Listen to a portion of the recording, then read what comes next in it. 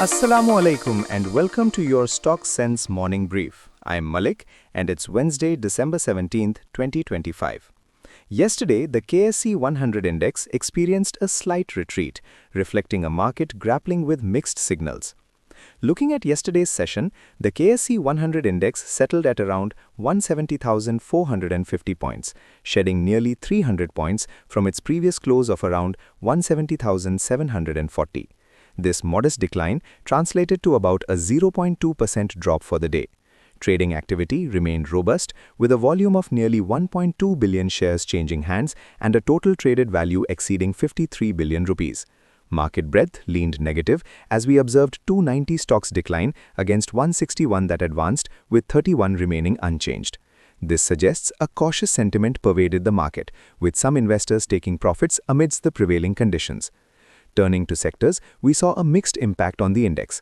The automobile assembler sector, along with oil and gas exploration companies, acted as a drag, pulling the market down. On the other hand, commercial banks provided some notable support, pushing the index higher and indicating specific pockets of strength amidst the overall cautious mood. In terms of technical analysis for the KSE 100, across various time frames from 10 to 200 days, the moving averages continue to signal a buy action, suggesting a generally positive underlying trend over the longer term. However, the 9-day Hull moving average is currently indicating a sell, hinting at a potential short-term pullback. While specific oscillator details aren't available in our data, let's look at pivot points. The market's classical pivot stands at about 163,600 points. Key levels to watch include the first resistance at roughly 170,000 and the first support at around 160,200. Moving on to corporate developments, we have a few board meetings on the agenda. Habib Bank Limited, TPL Corp Limited, and Intermarket Securities Limited are all scheduled to consider matters other than financial results.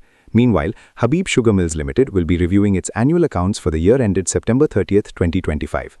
Now let's shift our focus to the broader economic and market news, where it's been a mixed bag of developments. On the positive side, the Asian Development Bank has committed more loans for reforms and budget support, a crucial boost for the economy. Consumers and businesses received good news with a significant cut in diesel prices by 14 rupees.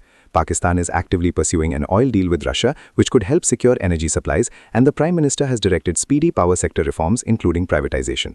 There's also a notable agreement for Pakistan International Bulk Terminal to handle Reko Diq's copper-gold exports, promising a long-term revenue generator.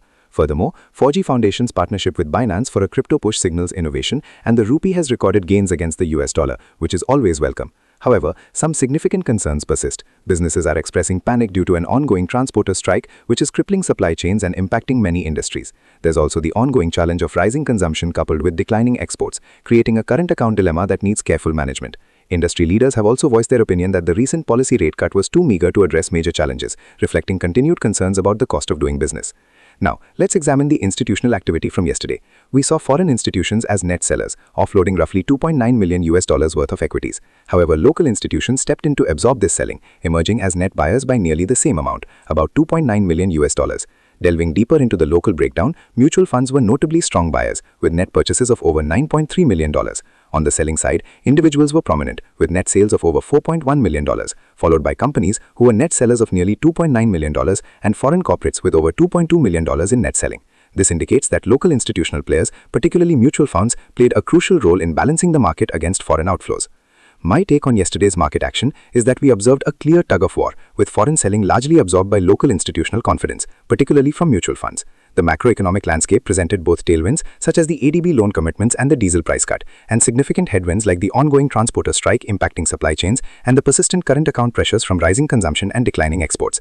This dynamic interplay with positive policy actions and structural challenges suggests that investors should remain vigilant, closely monitoring how these fundamental issues evolve, as they are likely to shape market sentiment and direction in the immediate future. That's all for today's Stock Sense Morning Brief. Thank you for tuning in. Please remember that this brief is for educational purposes only and should not be considered investment advice. We'll be back tomorrow with more updates. Until then, take care and trade wisely.